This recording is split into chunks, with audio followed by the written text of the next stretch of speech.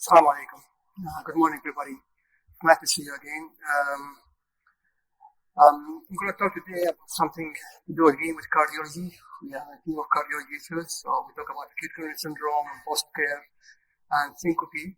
I'll talk a little bit about something different, which is to do with the heart failure and linked with anemia. And usually, anemia is most of the time is diagnosed by non-cardiologists. I mean, internist, general physician, and that's where I felt this presentation could be of help. And most of my slides are presented recently in ECC Congress in 2023.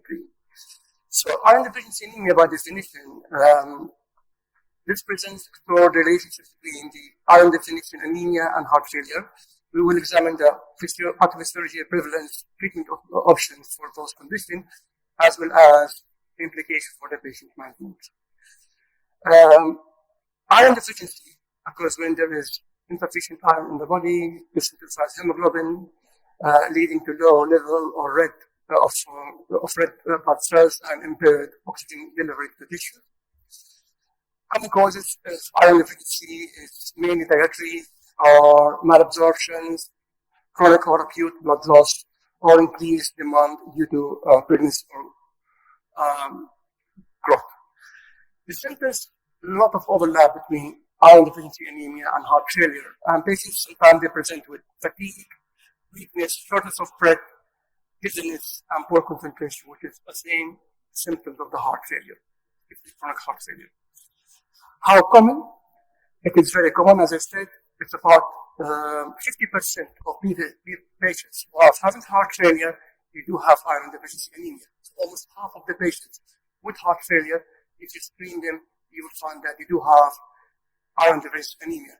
The outcome is bad.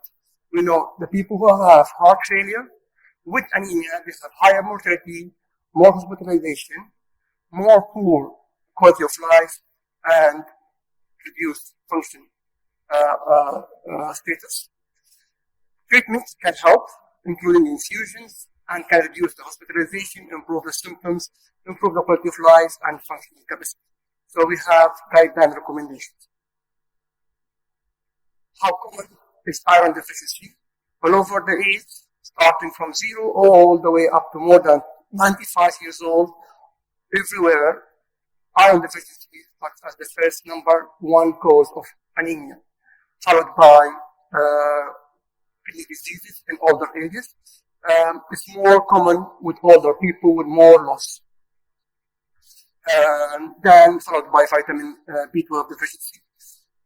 Regardless of high economy countries or low economic countries, still iron deficiency is the commonest cause of anemia. The iron is a very important element in our body. It plays important roles in various organs, including our kidneys, liver, red blood cells, nervous system, thyroid gland, immune system, and obviously myocardium and skeletal muscle.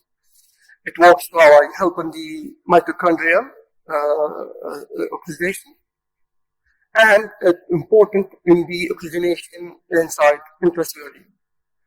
So how we systemically and cellularly control hemostasis of iron, most of the iron comes from our digestive system. It's controlled by hepcidin, and it's stored in the liver and can be distributed in all our body. Majority of the iron presents in the bone marrow and the red cell, where other site of high concentration iron is in the myocardium and skeletal muscle and other tissues. Intracellularly is controlled by IRP1 and 2, which could extract the ferrous from the ferritin intracellularly and providing inside mitochondria for oxidation. So the effect of iron in the heart is massive, and the deficiency of iron, regardless of the level of hemoglobin, can impact the cardiac function. So I'll talk about this, and then I'll talk about how iron deficiency develops and the supplementation effect. And the other thing is the effect of iron on the skeletal muscle. By using endomyocardial biopsy, we know that the majority of patients coming with heart failure, if we do for them myocardial biopsy, we will find that more than 46% of them, they do have iron deficiency in their myocardium. And that has shown to have a clear link with their outcome when it comes with heart failure. Those also have heart failure with normal iron concentration in the myocardium has better prognosis than those who have lower iron in terms of high BroBNP, increasing the left ventricular diameter, and increasing in their left ventricular end diastolic pressure. Cardiomyopathy itself is a big topic where we know different types. Dilated cardiomyopathy is the commonest type of cardiomyopathy, and iron deficiency can be one of the commonest causes for dilated cardiomyopathy, where 80% reduction of iron in the cardiac muscles can be seen in cardiomyopathies. And that can lead to different pathways and ending by death. So we know it's altered the gene expression and lead to cardiomyopathy and then cardiac insufficiency leading to early death. It depletes hemes and ferrous clusters and switch to glycolysis and then again leads to early death, and intracellularly affects the mitochondrial damage and affect the macrophagy and leads to early cellular death. So iron deficiency inside the cells of myocardium can lead into detrimental effect on the myocardial function and leading to early death. How it develops? Again, by intramyocardial biopsy, we know now that there is no clear relation between the systemic iron status and cardiac iron concentration. In other words, you might have a patient who have a normal hemoglobin, a normal blood iron, but depleted iron in myocardium. And that can be one of the causes for their heart failure and progression of their cardiomyopathies. How common iron deficiency with heart failure? As you can see here, whether you're talking about chronic heart failure, acute heart failure, in both cases, iron deficiency plays a major role. Starting from 2011 studies till now, it ranges between 30 up to 60% that the percentage of patients who are having iron deficiency in heart failure, and it's more common in acute heart failure. Even though some patients who have seen in the studies that they are having normal hemoglobin, they are non-anemic, but they are iron deficient and they present with anemia. Supplementation can help and can help the patients to improve, whether they are having severe cardiac iron deficiency, whether they have mild cardiac iron deficiency, whether they have long-term myocardial infarction. All of that, iron supplementation can help to improve their prognosis, including increasing their myocardial respiratory capacity, increased cardiac contractility, and cardiomyopathy prevention. Not only that, in patients who are in need of CRTD or CRT for their management of their heart failure, we know improving their iron in their myocardium can improve their outcome and can prevent their cardiac remodeling and improve their cardiac performance. In the skeletal muscle, iron plays an important role, and we know iron deficiency can worsen skeletal muscle myopathy in heart failure patients with iron deficiency, and supplementation of iron can improve skeletal muscle energetics by iron supplementation. So it's linked together, the heart failure, systemic iron and tissue iron deficiency. They are like a vicious circle. So iron systemic deficiency, it leads to tissue iron deficiency inside the myocardium and in the skeletal muscle, and that leads to heart failure. And again, heart failure leads to more systemic iron deficiency. And so it's a vice versa, and it's increased the cardiac myopathy, increased the severity of heart failure, reducing the contractility, skeletal muscle size becoming more poor, and muscle atrophy with more heart failure patients. Treatment options, it can start with different way, whether you are using intravenous iron therapy, and this is preferred approach for treating iron deficient heart failure patients due to its high efficacy and reduced need for red cell transfusion, which we try to avoid in heart failure patients. Oral therapy can be used, but it's limited to mild to moderate iron deficient patients, or as a maintenance therapy, but it's limited by its lower bioavailability and gastrointestinal side effect. Obviously, in all patients with heart failure who have iron deficiency, we need to have close monitoring of their cardiac function, hemoglobin, iron, and ferritin levels. Is important to optimize therapy according to their response and manage their adverse effects. Evidence behind those, what I was saying, we have multiple studies all over last decade. Tested the effect of iron in treating heart failure patients, whether in acute stage, whether they use IV or oral, whether in a short term of 1 year or a long term of 4 years. I'll go quickly through the studies. So FAIR HF trial showed the intravenous iron improves the neuroclassification of patients with heart failure, quality of their life, and their 6-minute walk distance in a dose of 4 weeks, 12 weeks, and 24 weeks after their discharge with acute heart failure. And this is the graph for the improvement, whether they are anemic or not.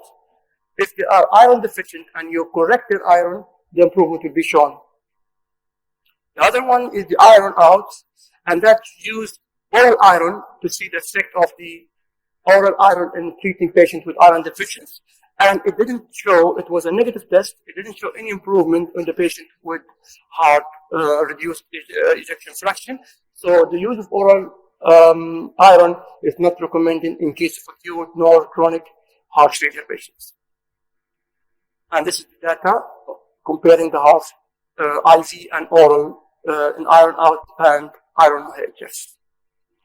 A FAIR HF study design was to give patients coming with heart failure, acute heart failure, after stabilization, to give them the iron injection at discharge first day, and then to repeat it after 4 weeks, and again after 12 weeks, and followed up in 1 year, and to see the outcome of their response to iron.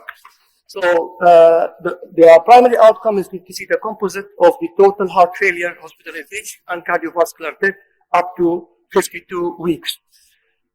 And again, the result was shown whether the patient has received 1 time, 2 times, 3 times, or 4 times the iron, depending on their body weight, below 70 or more than 70 kg, whether they need to take the 500 milligrams or 1000 milligrams, and about the baseline hemoglobin during the discharge from heart failure.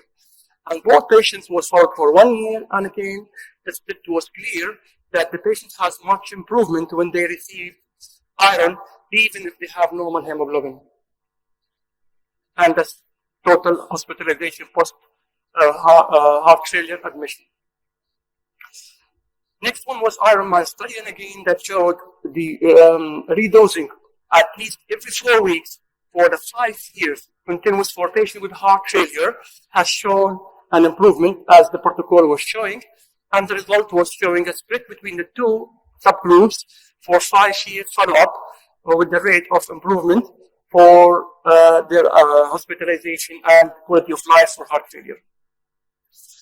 So the last thing is the meta-analysis of all the study with regard to the impact of ferric transfusion on the heart failure-related clinical outcomes in patients with heart failure and iron deficiency, individual participant data meta-analysis, and again it has shown that all it favors the correction of anemia and infusion of iron in patients with heart failure, and the outcome was more in most of the studies.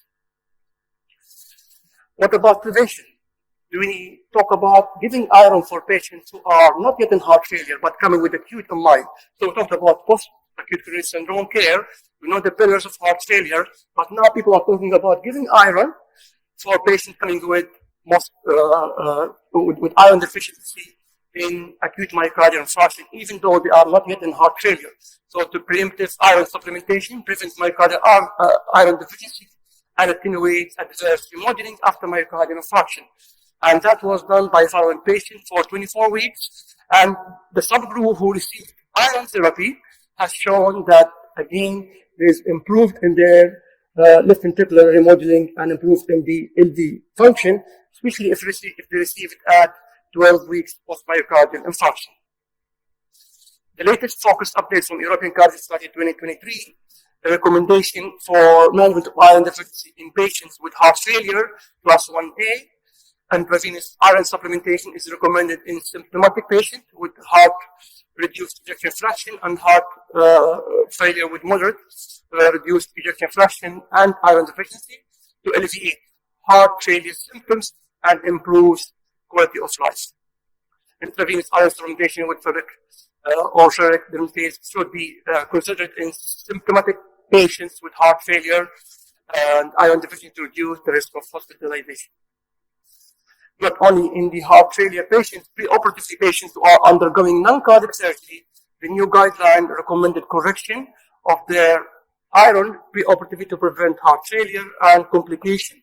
It's recommended to treat anemia in advance of non-cardiac surgery in order to reduce the need of red blood cell transfusion during non-cardiac surgery. So the approach for patients coming with anemia and heart failure, it's collaborative care, a multidisciplinary approach using team-based care involving physician, nurse, dietitian, pharmacist can improve the patient outcome, analgesic therapy, education and support of patients with heart failure and iron deficiency anemia include self-monitoring and management, lifestyle modification can improve the patient and take an active role in their care and improve engagement with their health team. These barriers for care include access to diagnostic tests, therapies, high cost, and patient and provider-related factors, and all need to be addressed to promote equitable and affordable care of patients. So my conclusions, take-home message, iron deficiency anemia is commonly coexists with heart failure and associated with worsen outcome. Implication in the recognition, diagnosis, and treatment of iron deficiency anemia can improve clinical outcome, functional capacity, and quality of life in heart failure patients. Future directives, research is needed to optimize diagnostic and therapeutic strategies for iron deficiency anemia and heart failure and explore potential synergies between those conditions in therapeutic and prognostic to meet. Thank you very much.